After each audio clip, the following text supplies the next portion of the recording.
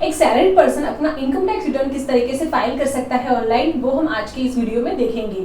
अगर आपको टैक्स के रिलेटेड कुछ भी नॉलेज नहीं होगा तब भी आप हमारा ये वीडियो देख के अपना खुद से ही रिटर्न फाइल कर पाएंगे। सबसे पहले हम देखते हैं कि रिटर्न फाइल करने के लिए आपको डॉक्यूमेंट्स कौन से लगेंगे। सबसे पहला है आपको आपका फॉर्म 16 लेना है। अगर आपके पास फॉर्म 16 नहीं है तो फिर आपकी जितनी भी सैलरी स्लिप है वो आपके पास रखिए। सेकंड है हमारा बैंक स्टेटमेंट या फिर पासबुक की कॉपी। थर्ड है हाउसिंग लोन, अगर आपने ले रखी है तो फिर उसका बैंक से इंटरेस्ट सर्टिफिकेट आपको लगेगा।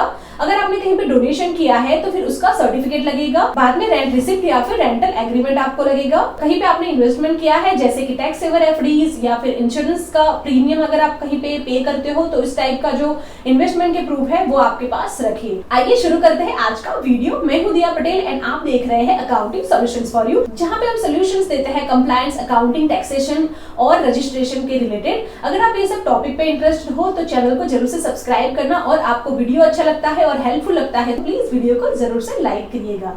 आइए शुरू करते हैं। इनकम टैक्स रिटर्न फाइल करने के लिए हम लोग को ये वेबसाइट पे आना है। इसकी लिंक मैं आपको डिस्क्रिप्शन में दे दूंगी।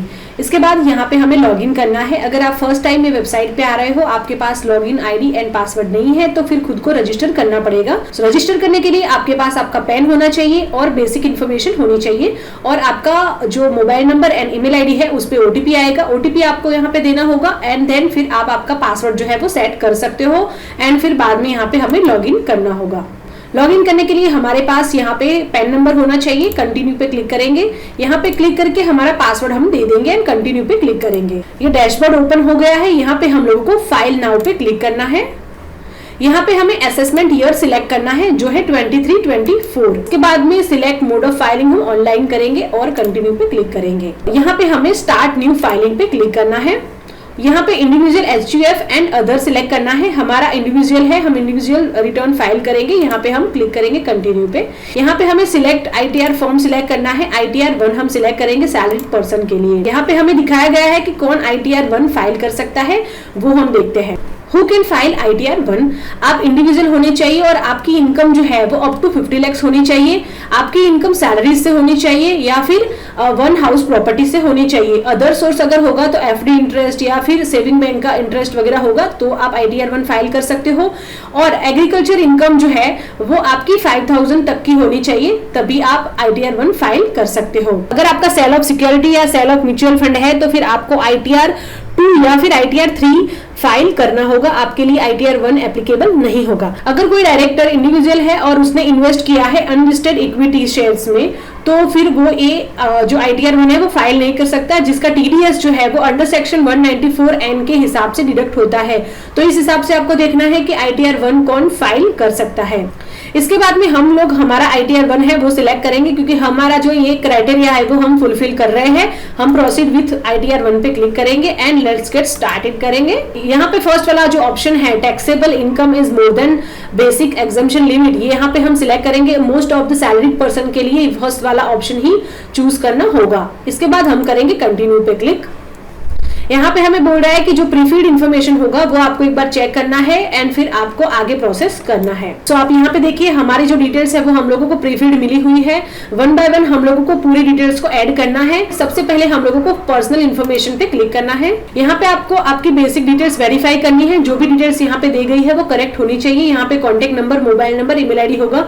अगर आपको चेंज करना है तो यहाँ पे एडिट बटन पे क्लिक करके आप कर सकते हो। यहाँ पे है नेचर ऑफ एम्प्लॉयमेंट। यहाँ पे आपको सिलेक्ट करना है कि आप सेंट्रल गवर्नमेंट के एम्प्लॉय हो, स्टेट गवर्नमेंट है या फिर पब्लिक सेक्टर अंडरटेकिंग या व्हाटएवर जो है आपका, वो आपको यहाँ से सिलेक्ट करना है। हमारा प्राइवेट सेक्टर में हम जॉब करते हैं तो यहाँ पे हम लोग अदर सिलेक्ट करेंगे। यहाँ पे है फाइलिंग सेक्शन। अगर आप रिटर्न फाइल जो है वो बिफोर ड्यू डेट कर रहे हो, अभी का जो ड्यू डेट है वो है 31 जुलाई 23, तो इसके पहले आप कर रहे हो तो आपको ये सिलेक्ट करना है। और मे भी ऐसा भी हो सकता है कि हमारा जो ये ड्यू डेट है वो एक्सटेंड भी हो सकता है, तो उसके हिसाब से आपको ये ड्यू डेट जो है वो सिलेक्ट करनी है। अगर आप ड्यू डेट के बाद कर रहे हो तो फिर आपको ये सिलेक्ट करना होगा। और आपका रिवाइज रिटर्न का कोई केस है तो फिर आपको ये करना है सिलेक्ट। और अगर कॉन्डोनेशन का आपका कोई केस था तो फिर तब आप रिटर्न फाइल करते हो तब आपको ये वाला सिलेक्ट करना है। बट हम लोग before due date return file कर रहे हैं तो हम क्या करेंगे 139(1) जो है उसको ही सिलेक्ट करेंगे। इसके बाद में अगर आपका कोई नोटिस का केस होता और फिर बाद में आप रिवाइज रिटर्न करते तो भी आपको ये सिलेक्ट करना है। बाकी आपको यहाँ पे कुछ भी फिल करने की जरूरत नहीं है। यहाँ पे बहुत ही इंपॉर्टेंट है, are you opting for new tax regime, क्या आप नया टैक्स रिजीम ऑप्ट कर रहे हो, यस या नो का आपको ऑप्शन देना है। यहाँ पे दो तरीके के टैक्स रिजीम है, न्यू टैक्स रिजीम एंड एक है वो ओल्ड टैक्स रिजीम। अगर आपको यहाँ पे चेंज करना है तब भी कर सकते हो, जैसे कि आपके जो एम्प्लॉयर ने अगर न्यू टैक्स रिजीम के हिसाब से आपका डिडक्शन किए हैं और आपको रिटर्न फाइल करते टाइम आपको अगर ओल्ड रिजीम सिलेक्ट करना है तब भी आप सिलेक्ट कर सकते हो, और आपका जो एम्प्लॉयर है उसने ओल्ड टैक्स रिजीम के हिसाब से डिडक्शंस किए हैं और आपको यहाँ पे न्यू सिलेक्ट करना है तो भी आप यहाँ पे कर सकते हो। और एक चीज का ध्यान रखिए, न्यू टैक्स रिजीम में हम डिडक्शंस नहीं ले सकते, बट ओल्ड टैक्स रिजीम में हम लोग बहुत सारे डिडक्शंस ले सकते हैं। भी हम लोग करेंगे नो, क्योंकि हम ओल्ड टैक्स रिजीम के हिसाब से ही रिटर्न फाइल करना चाहते हैं। यहाँ पे है बैंक डिटेल्स। एक चीज का आपको ध्यान रखना है, जितने भी बैंक अकाउंट है वो पूरे बैंक अकाउंट आपको ये इनकम टैक्स की वेबसाइट पे पूरे ऐड करने हैं। अगर यहाँ पे आपको कोई और ऐड करना है तो ऐड अनदर पे क्लिक करके आपको ऐड करना है। और मेक श्योर कीजिए कि अगर आपके पास यहाँ पे 2 या 3 बैंक अकाउंट होते तो उसमें से आपको एक को सिलेक्ट करना होगा रिफंड के लिए। अगर आपका रिटर्न फाइल करते टाइम रिफंड का कोई केस होगा तो आपको वो बैंक अकाउंट में पैसे आएंगे, तो एक बार मेक श्योर कीजिए एंड फिर यहाँ पे आप सिलेक्ट कर लीजिए। तो हमने ये सिलेक्ट किया है रिफंड के लिए। इसके बाद में हम लोग करेंगे कंफर्म। हम कंफर्म करेंगे तो यहाँ पे आप देख सकते हो पर्सनल इंफॉर्मेशन जो है वो कंफर्म हो चुकी है और दूसरा टैब जो है वो ओपन हो चुका है, इसमें हम फिल कर सकते हैं। बाकी के जो टैब है वो डिसेबल है, जैसे जैसे हम लोग ये टैब में अपडेट करते जाएंगे वैसे वो टैब ओपन होता जाएगा। तो हम लोग क्या करेंगे, ग्रॉस टोटल इनकम पे हम क्लिक करेंगे। इसके बाद में सैलरी एग्जेम्पशंस है, हम लोगों को कुछ डिटेल्स यहाँ पे देनी होती है, बट हम लोग क्या करेंगे बाद में ये डिटेल्स को ऐड करेंगे, तो अभी के लिए हम इसको स्किप कर रहे हैं और यहाँ पे यस कर लेंगे।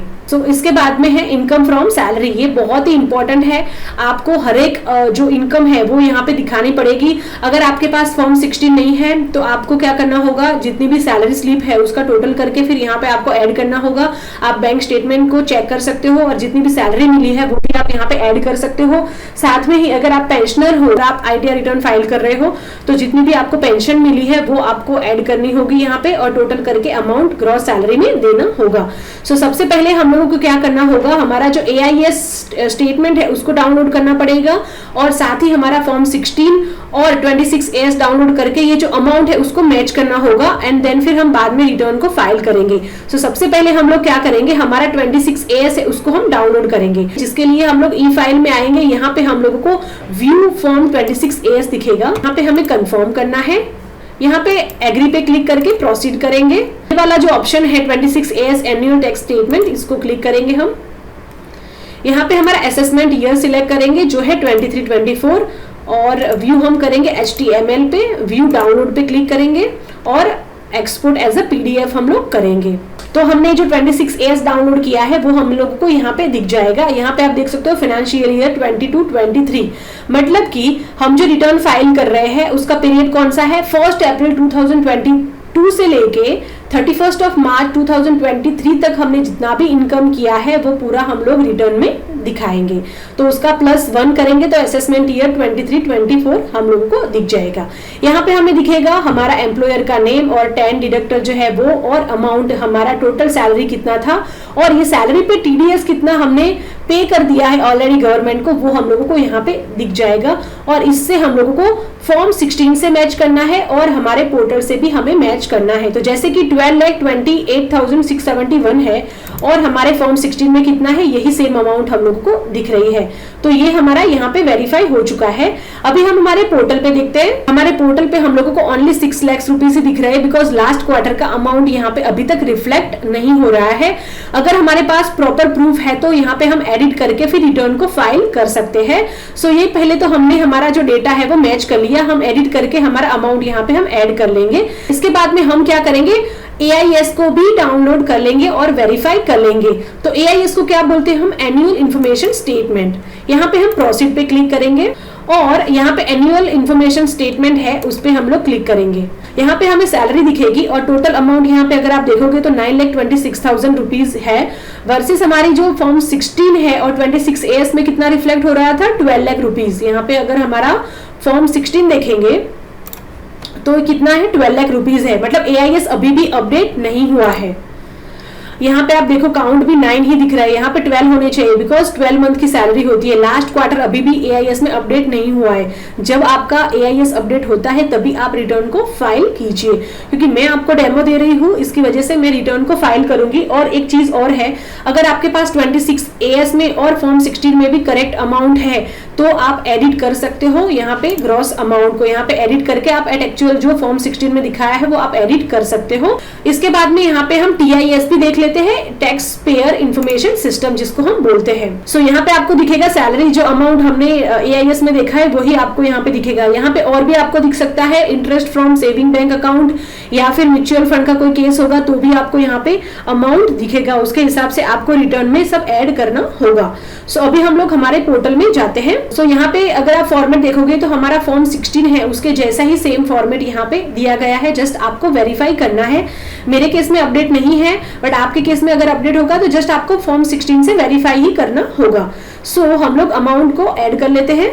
फॉर्म 16 के पार्ट बी में आपको ये पूरी डिटेल्स मिल जाएगी। ये अमाउंट हम लोग कॉपी कर लेते हैं और यहाँ पे अपडेट करते हैं। जब भी आप कोई अमाउंट को एडिट कर रहे हो, कुछ ऐड कर रहे हो तो प्रॉपर प्रूफ होने चाहिए। इनकम टैक्स से अगर आपको कोई नोटिस आती है तो आप प्रूफ सबमिट करने चाहिए, तो आप अकॉर्डिंगली प्रॉपर डिटेल्स दीजिए। इसके बाद में हमने salary as per section 17A update कर लिया है, तो ये हमारा सैलरी एज पर प्रोविजन जो सेक्शन 17(1) है वो हमने अपडेट कर लिया है। इसके बाद में हम हमारे पोर्टल पे देखते हैं, यहाँ पे अमाउंट ऐड करनी होगी। अगर आपके फॉरेन में रिटायरमेंट बेनिफिट आपको मिल रहे हैं तभी आपको सिलेक्ट करना है, और फॉरेन में कौन से कंट्रीज जो है यूएसए, यूके एंड कनाडा, तभी आपको सिलेक्ट करना होगा, अदरवाइज फिर आपको यहाँ पे डिलीट करना है। यहाँ पे हम यस कर देंगे। यहाँ पे एग्जम्प्ट अलाउंस हमें ऐड करना है। अगर आपने आपके एम्प्लॉयर को ही डिटेल्स दिया होगा तो फिर आपको प्रीफिल्ड मिला होगा, अगर आपने नहीं दिया है और आपको क्लेम करना होगा तो फिर आपको यहाँ पे सिलेक्ट करना होगा। तो वैसे हमने दिया हुआ है, बट हमारा जो डिटेल्स है वो अभी तक रिफ्लेक्ट नहीं हुआ है, तो हम फॉर्म 16 में चेक करके फिर अपडेट कर लेंगे। तो यहाँ पे आपको दिखेगा जो एग्जम्प्ट अलाउंस है अंडर सेक्शन 10, इसके अंदर house rent allowance under section 10(13)A के अंदर हम लोगों को ये अमाउंट ऐड करनी है। तो यहाँ पे हम लोग नेचर ऑफ एग्जम्प्ट अलाउंस को ओपन करेंगे और सिलेक्ट करेंगे। ये वाला ऑप्शन हम लोगों को सिलेक्ट करना है, दैट इज सेक्शन 10(13)A। जो हमारा हाउस रेंट वाला अमाउंट है वो हम लोग को यहाँ पे देना होता है। 1,71,648 जो है वो हमने यहाँ पे अपडेट कर लिया है। सो हमारा नेट सैलरी कितना है, 10,57,023। हमारा फॉर्म 16 को भी हम मैच कर लेते हैं। ये अमाउंट जो है वो मैच हो चुका है। इसके बाद में यहाँ पे आपको दिखेगा जो स्टैंडर्ड डिडक्शंस है वो सबको मिलता है, दैट इज 50,000 रुपीज ऑटोमेटिक यहाँ पे दिख जाएगा। और हमारे फॉर्म 16 में भी हमें दिखेगा, ये हमारा स्टैंडर्ड डिडक्शंस है, that is under section 16IA में होगा ये 50,000। इसके बाद में यहाँ पे हमारा जो tax on employment under section 16(III) है, that is for professional tax, जो 2,500 डिडक्ट होता है वो भी हमें ऐड करना होगा। यहाँ पे प्रोफेशनल टैक्स 16(III) में हम लोगों को यहाँ पे 2,500 ऐड कर लेंगे। तो यहाँ पे हमारा जो इनकम चार्जेबल कितना होगा, 10,04,523। हमारा जो फॉर्म 16 कितना कहता है, 10,04,523 हम लोगों को यहाँ पे मैच हो रहा है। इस तरीके से आपको डिटेल्स अपडेट करनी है। इसके बाद हम सेव पे क्लिक कर लेंगे। सो ये डिटेल्स हमने एग्जैक्टली मैच कर ली हमारे फॉर्म 16 से। इसके बाद में इनकम फ्रॉम हाउस प्रॉपर्टी, अगर आपने कोई हाउसिंग लोन ले रखी है तो उसका भी हम लोगों को डिडक्शंस मिलता है। इसके लिए हम लोगों को बैंक से इंटरेस्ट सर्टिफिकेट लेना पड़ेगा एंड फिर यहाँ पे अपडेट करना पड़ेगा। तो इसके लिए अगर हमारा ऐसा कोई केस होता तो हम क्या करते हैं, यहाँ पे आपको ऐड करना होगा। ऐड बटन पे क्लिक करके यहाँ पे है टाइप ऑफ हाउस प्रॉपर्टी। सबसे पहला ऑप्शन है सेल्फ ऑक्यूपाइड, आप खुद ही वो घर में रहते हो तो आपको ये ऑप्शन सिलेक्ट करना है। लेट आउट मतलब कि आपने वो जो प्रॉपर्टी है वो रेंट पे दी रखी है एंड जिसपे रेंट आपको मिल रहा है, तो आपको ये वाला ऑप्शन सिलेक्ट करना है। डिम लेट आउट बहुत ही कम केस में होता है, सबसे ज्यादा मोस्टली ये और फर्स्ट और सेकंड ऑप्शन ही होता है, तो सेल्फ ऑक्यूपाइड हम सिलेक्ट कर लेंगे। यहाँ पे interest payable on borrowed capital, यहाँ पे अमाउंट देनी है, जो इंटरेस्ट अमाउंट होगी वही देनी होगी। सो बैंक से आपको जो सर्टिफिकेट मिला होगा, जो ये सर्टिफिकेट होगा उस पे आपको दोनों ही अमाउंट मिल जाएगी। एक होगा प्रिंसिपल कंपोनेंट एंड सेकंड होगा इंटरेस्ट कंपोनेंट। तो टोटल ये एम्प्लॉय ने 84,524 रुपीज जो है वो ये फाइनेंशियल ईयर में पे किया हुआ है, जिसमें प्रिंसिपल अमाउंट 20,001 रुपीज है एंड इंटरेस्ट कंपोनेंट 64,523 है। तो ये जो 64,523 है वो हम लोगों को यहाँ पे ऐड करना होता है। 64,523। तो ये हमें अमाउंट यहाँ पे ऐड करना होता है। जो प्रिंसिपल कंपोनेंट यहाँ पे दिखाया है वो हम लोग अंडर सेक्शन 80C में क्लेम कर सकते हैं, वो हम आगे देखेंगे। सो ये जो इंटरेस्ट अमाउंट है वो आप 2 लाख से ज्यादा नहीं दे सकते। फॉर एग्जाम्पल आप यहाँ पे 2.5 लाख करने जाएंगे तो यहाँ पे हम लोगों को एरर आएगी कि आप 2 लाख तक का ही क्लेम कर सकते हो। जो टोटल हमारा इंटरेस्ट अमाउंट होगा वही हम लोगों को देना होगा। एरियर अमाउंट हम यहाँ पे 0 कर देंगे। सो हमारा कोई हाउसिंग लोन का केस नहीं है, मैं आपको आपके रेफरेंस के लिए समझा रही हूँ। अगर आपके केस में हाउसिंग लोन होगा तो आपको इस तरीके से अपडेट करना होगा। हम लोग यहाँ पे कैंसिल करते हैं और फिर नीचे आ जाते हैं। इसके बाद में इनकम फ्रॉम अदर सोर्सेज, यहाँ पे हम लोग ऐड डिटेल्स करते हैं। यहाँ पे आपको देना होगा interest income from saving bank account. अगर आपका कोई ऐसा केस है जहाँ पे आपको सेविंग बैंक से आपको कुछ इंटरेस्ट मिला है तो आपको यस करके यहाँ पे अमाउंट देनी है। AIS में भी आपको ये अमाउंट रिफ्लेक्ट हो जाएगी, और AIS में रिफ्लेक्ट नहीं हो रही है तो आप आपके बैंक स्टेटमेंट से चेक कीजिए और जो भी इंटरेस्ट की अमाउंट है वो आप यहाँ पे डिक्लेयर कर दीजिए। और यहाँ पे सेविंग बैंक अकाउंट का जो इंटरेस्ट है उसका हम लोग डिडक्शन ले सकते हैं 10,000 तक का, तो वो हम आगे भी देख लेंगे। तो हमारे केस में ऐसा कुछ नहीं है, बट आपके केस में है तो वो आप यहाँ पे ऐड कर लीजिए। इसके बाद में इंटरेस्ट इनकम फ्रॉम कोई FDs या फिर पोस्ट ऑफिस या फिर कोऑपरेटिव सोसाइटी से होगा तो आपको यहाँ पे उसका भी डिटेल्स देना है। टैक्स रिफंड का लास्ट ईयर का कोई केस था जहाँ पे आपको इंटरेस्ट मिला है तब भी यहाँ पे आपको देना है। और वैसे भी ये इनकम टैक्स रिफंड का जो अमाउंट है वो ऑटोमेटिक आ जाता है। अगर आपके केस में है तो फिर आपको वो रहने देना है। हमारे केस में ये कोई भी डिटेल्स एप्लीकेबल नहीं है तो हम लोग यहाँ पे कंटिन्यू करेंगे। यहाँ पे डिविडेंड का कोई केस होगा तो भी आपको यहाँ पे अमाउंट यस करके ऐड करना है। तो हमारे केस में ये कोई भी नहीं है, हम यहाँ पे कंटिन्यू पे क्लिक करेंगे। यहाँ पे ग्रॉस टोटल इनकम है वो 10,453 है, वो हम हमारे फॉर्म 16 से मैच कर लेंगे। तो ये हमारी ग्रॉस इनकम है वो यहाँ पे अमाउंट मैच हो रही है। इसके बाद में है एग्जेम्प्ट इनकम। एग्जेम्प्ट इनकम में आपको वो देना है, अगर आपका एग्रीकल्चर का कोई अमाउंट आपको रिसीव हुआ है 5,000 तक का तो आप यहाँ पे ऐड कर सकते हो। हमारा ऐसा कोई अमाउंट नहीं है तो हम कंफर्म करेंगे। तो ये जो ग्रॉस टोटल इनकम है वो हमारी कंफर्म हो चुकी है। यहाँ पे हम टोटल डिडक्शंस पे क्लिक करेंगे और हमारे जितने भी डिडक्शंस है उसको यहाँ पे हम क्लेम करेंगे। तो हमारे फॉर्म 16 में हम देखते हैं, यहाँ पे डिडक्शन का पार्ट है जिसमें पूरे डिडक्शंस हमें दिखाए गए हैं। सबसे पहले हमारा रहता है सेक्शन 80C जिसमें हमारा लाइफ इंश्योरेंस का प्रीमियम या फिर FDs का जो टैक्स सेवर FDs रहती है उसका जो अमाउंट है वो, प्रोविडेंट फंड, ये पूरा डिटेल्स जो है वो यहाँ पे दिख जाएगा। हमारे केस में एम्प्लॉय ने कितना दिखाया है 1,56,593, बट 80C की लिमिट कितनी रहती है 1,50,000, तो यहाँ पे ऑटोमेटिक 1,50,000 ही कंसिडर होगा। तो हम लोग 80C में 1,50,000 ऐड कर देंगे। यहाँ पे 80C अगर नहीं दिख रहा है तो फिर आपको यहाँ पे क्या करना है, शो ऑल डिडक्शंस करने हैं और यहाँ पे 80C को क्लिक करके फिर आपको यहाँ पे ऐड करना होगा। यहाँ पे आप 1,50,000 दिखा दीजिए और यहाँ पे हम लोगों को वार्निंग आई है कि ये डिटेल्स आपके एम्प्लॉयर से हम लोगों को मिली नहीं है, प्लीज वेरीफाई। अगर आप कोई भी अमाउंट यहाँ पे ऐड कर रहे हो तो मेक श्योर कीजिए कि आपके पास प्रॉपर प्रूफ होने चाहिए। जब भी कभी इनकम टैक्स की साइड से हम लोगों को कभी कोई नोटिस आएगा तो हमारे पास प्रॉपर प्रूफ होने चाहिए।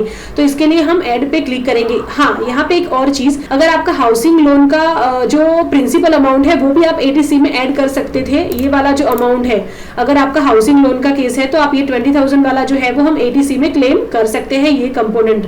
तो यहाँ पे आप ये चीज को ऐड कर सकते हो, बट ऑलरेडी हमारा जो 1,50,000 का जो एग्जेम्पशन लिमिट है वो हमने पूरा कर दिया है। बट आपका केस ऐसा है तो आप यहाँ पे प्रिंसिपल अमाउंट को ऐड कर लीजिए। इसके बाद में ऐड बटन पे क्लिक करके इसको ऐड कर लीजिए। ये जो हमारा 80C है 1,50,000 आ गया है। हमारे फॉर्म 16 में देखते और क्या डिडक्शंस थे। यहाँ पे पेंशन स्कीम का भी सेक्शन 80CC-D में 1B में दिया गया है, वो है 50,000, वो भी हम क्लेम करेंगे। तो उसको भी हम यहाँ पे शो ऑल डिडक्शंस पे क्लिक करेंगे। ये है हमारा 80CC-D 1B, ये भी हम क्लिक करेंगे यहाँ पे और ऐड करेंगे और उसकी भी अमाउंट जो 50,000 है वो ऐड कर देंगे। तो ये हमारी अमाउंट जो है वो ऐड हो चुकी है। अगर आपने कोई डोनेशन किया है तभी आपको यहाँ पे ऐड करना है। अगर आपको डिडक्शंस लेना है हेल्थ इंश्योरेंस प्रीमियम का तो आपको यहाँ पे ऐड बटन पे क्लिक करके फिर 80D का जो रहता है हमारा डिडक्शंस वो भी आपको लेना है। इस तरीके से आपको एक बार प्रॉपर देखना है। इसके बाद में 80TTA, यहाँ पे एक चीज का ध्यान रखें, जब हम लोग इनकम का डिटेल्स दे रहे थे और आपने सेविंग बैंक अकाउंट के इंटरेस्ट दिखाए हैं तो आप यहाँ पे 10,000 तक का डिडक्शंस भी ले सकते हो अंडर सेक्शन 80TTA के अंदर। तो यहाँ पे हम ऐड बटन पे क्लिक करके जो सेविंग बैंक का इंटरेस्ट दिखाया है वो अमाउंट यहाँ पे ऐड कर लीजिए। हमारे केस में हमने ये जो 2 डिडक्शंस थे वो ऐड कर लिए और टोटल डिडक्शन हमारा 2 लाख का है, वो हमारा फॉर्म 16 से हम मैच कर लेते हैं। डिडक्शन का जो टोटल अमाउंट है वो 2 लाख हम लोगों को यहाँ पे दिख गया है। इसके बाद में हम लोग यहाँ पे करते हैं कंफर्म पे क्लिक। तो यहाँ पे हमारा टोटल डिडक्शन का डिटेल्स है वो भी हमने फिल कर दिया है और यहाँ पे 2 लाख हमें दिख गए हैं। इसके बाद में हम लोगों को टैक्स पेड पे क्लिक करना है और हमारा जो टैक्स का अमाउंट है वो हमें वेरीफाई करना है। सो यहाँ पे देखिए details of tax deducted at source TDS के सैलरी इनकम पे हमारा कितना डिडक्ट हुआ है 76,341 जो ऑलरेडी डिडक्ट हुआ है सैलरी से और हमारे फॉर्म 16 में भी है वो यहाँ से हमें मैच करना है, दैट इज 76,341। तो वो हम मैच कर लेते हैं। ये कितना है 76,340 यहाँ पे है, हमारे पोर्टल पे हमें 41 दिख रहा है बट दैट इज ओके। सो ये हमारा टोटल अमाउंट मैच हो गया। सिमिलरली आपको 26 AS से भी मैच करना है। यहाँ पे आप देखिए 76,341 यहाँ पे 26 AS में हम लोगों को दिख रहा है, वो अमाउंट जो है वो हमारी करेक्ट है। सो इस तरीके से ये अमाउंट जो है वो आपको मैच करनी है। सो यहाँ पे है टोटल टैक्स पेड, ये एम्प्लॉय ने ऑलरेडी ये जो अमाउंट थी वो पे कर दी है और हमारे फॉर्म 26 AS में और फॉर्म 16 में भी मैच हो रही है। तो हम यहाँ पे कंफर्म पे क्लिक, आप यहाँ पे देख सकते हो टैक्स पेड जो है वो हमारा कंफर्म हो चुका है और यहाँ पे आएगा टोटल टैक्स लायबिलिटी, इस पे हम क्लिक करेंगे। हमारा कंप्यूटेशन ऑफ इनकम, हमारा टोटल इनकम कितना था 10 लाख रुपीज, जिसमें हमारा डिडक्शन हुआ 2 लाख का और उसको माइनस करके हमारा इनकम कितना आ रहा है अराउंड 8 लाख रुपीज, जिसमें हमारे फॉर्म 16 में भी सेम अमाउंट हमें दिख रही है। इसके बाद में हम लोग देखेंगे कंप्यूटेशन ऑफ टैक्स। सो इसमें हमारा जो टोटल कितना टैक्स हमारा है 73,404, हमारे फॉर्म 16 में कितना है टैक्स ऑन टोटल इनकम कितना हो रहा है 73,404। इस तरीके से प्रॉपर आपको मैच करना है। और हेल्थ एंड एजुकेशन सेस कितना लगा है 2936, तो ये भी हम लोगों को यहाँ पे दिख जाएगा 2936, वो भी यहाँ पे दिख जाएगा। टैक्स पेबल कितना है यहाँ पे 76,340, ये अमाउंट हमें फॉर्म 16 में मैच कर रही है। वैसे हमने 26 AS में भी मैच कर लिया है। सो हमने टोटल मैच कर लिया है और यहाँ पे total tax fee and interest कितना आ रहा है 76,340, तो हमें यहाँ पे ऑलरेडी पे कर दिया है तो कुछ भी पे करने की जरूरत नहीं है। हम यहाँ पे क्या करेंगे कंफर्म पे क्लिक करेंगे। सो हमारा टोटल टैक्स लायबिलिटी जो है वो कंफर्म हो चुका है। हम यहाँ पे प्रोसीड पे क्लिक करेंगे। आप देख सकते हो यहाँ पे you are eligible for refund of 0, यहाँ पे हमने ऑलरेडी पे कर दिए हैं, इसकी वजह से रिफंड हमारा 0 है। अगर आपका कोई रिफंड का केस होता तो आपको रिफंड भी मिल जाता। और इसके बाद में अगर आपको कोई अमाउंट को पे करना होता तो सबसे पहले आपको पे करना है एंड देन फिर आप आगे की प्रोसेस कर सकते। तो हम लोग यहाँ पे प्रीव्यू रिटर्न करेंगे, यहाँ पे हम क्लिक करके इसके बाद में प्रोसीड टू प्रीव्यू करेंगे। पूरी डिटेल्स जो है वो हम लोगों को यहाँ पे चेक करनी होती है, जो हमारा सैलरी है, इसके बाद में हमारा जो TDS कटा है, पूरी डिटेल्स आपको एक बार प्रॉपर चेक करनी है एंड फिर आपको प्रोसीड टू वैलिडेशन पे क्लिक करना है। यहाँ पे हमें एरर आई है, एरर क्या आई है वो भी हम देखते हैं। हम लोगों को यहाँ पे ATD में ये एरर आई है जहाँ पे हम लोगों को पूछ रहा है कि आप HUF हो या फिर वेदर आपका कोई मेंबर है HUF है और वो सीनियर सिटीजन है। यहाँ पे हम लोग नॉट क्लेमिंग कर देंगे और यहाँ पे whether any one of your parents is a senior citizen, यहाँ पे हम नॉट क्लेमिंग कर देंगे क्योंकि हम क्लेम नहीं कर रहे हैं, हम सेव कर देंगे और कंफर्म पे क्लिक करेंगे। फिर से हमें करना होगा पूरा कंफर्म एंड प्रोसीड करेंगे। प्रीव्यू रिटर्न करेंगे, फिर से यहाँ पे हम क्लिक करेंगे, यहाँ पे प्रोसीड टू प्रीव्यू करेंगे। हमने ऑलरेडी डिटेल्स को चेक कर ली है, हम लोग प्रोसीड टू वैलिडेशन करेंगे। यहाँ पे वैलिडेशन सक्सेसफुल हो गया है, यहाँ पे हमारी जो एरर थी वो भी रिजॉल्व हो चुकी है। इसके बाद में हमें प्रोसीड टू वेरिफिकेशन करना है। यहाँ पे 3 ऑप्शन से आप वेरीफाई कर सकते हो। फर्स्ट रहता है हमारा E-वेरीफाई नाउ, मतलब आपको तुरंत वेरीफाई करना होता है। इसके बाद में E-वेरीफाई लेटर और एक थर्ड ऑप्शन जो है वो हमारा रहता है कि हम लोगों को इनकम टैक्स की डिपार्टमेंट को हमारा जो ITR फॉर्म होता है वो भेजना होता है और वेरीफाई करना होता है। सबसे इजीएस्ट ऑप्शन जो है वो ये वाला है E-वेरीफाई नाउ। हम लोग क्लिक करेंगे और कंटिन्यू पे क्लिक करेंगे। अगर आपका मोबाइल नंबर जो आधार से रजिस्टर्ड है तो फिर उससे आप क्लिक करके कर दीजिए। आपके पास DSC है तो इसका यूज कर सकते हो, और अगर आपका ऐसा कोई केस है जहाँ पे मोबाइल नंबर आधार से रजिस्टर्ड नहीं है तो फिर आप नेट बैंकिंग, बैंक अकाउंट या फिर डीमेट अकाउंट का यूज करके भी आप कर सकते हो। तो सबसे इजीएस्ट ऑप्शन ये वाला है, उसको आप क्लिक कीजिए और कंटिन्यू पे क्लिक कीजिए। यहाँ पे I agree to validate my Aadhaar details, यहाँ पे क्लिक करके जनरेट आधार OTP कीजिए। सो यहाँ पे आपको OTP देना है और OTP देने के बाद फिर आपको वेरीफाई पे क्लिक करना है। इसके बाद में यहाँ पे कंफर्म सबमिशन ऑफ रिटर्न है। यहाँ पे एक बार सबमिट करने के बाद आपका जो रिटर्न है उसको आप रिवाइज या फिर चेंजेस नहीं कर पाओगे, तो मेक श्योर कीजिए कि AIS 26AS सब कुछ मैच करके आप आपका रिटर्न फाइल कीजिए। इसके बाद में सबमिट पे क्लिक करेंगे। सो हमारा जो रिटर्न है वो सक्सेसफुली वेरीफाइड हो चुका है। तो इस तरीके से आपको पूरा जो ITR 1 का प्रोसेस है वो करना है। कुछ भी क्वेरी है तो आप हमें कमेंट करके जरूर से बताइएगा। तो इस तरीके से हमने देख लिया कि हम किस तरीके से हमारा ITR रिटर्न फाइल कर सकते हैं। वैसे हमने हर एक चीज को कवर किया हुआ है, फिर भी अगर आपको कुछ भी क्वेरी है तो आप हमें कमेंट कर सकते हो। और हमारे वीडियो से आपको थोड़ी भी हेल्प मिली हो तो हमारे मोटिवेशन के लिए प्लीज कमेंट बॉक्स में जाके एटलीस्ट गुड जरूर लिखिएगा। मिलते हैं हमारे नेक्स्ट वीडियो में ऐसे ही कुछ नई अपडेट्स के साथ। तब तक सीखते रहिए, सिखाते रहिए। Happy learning. धन्यवाद।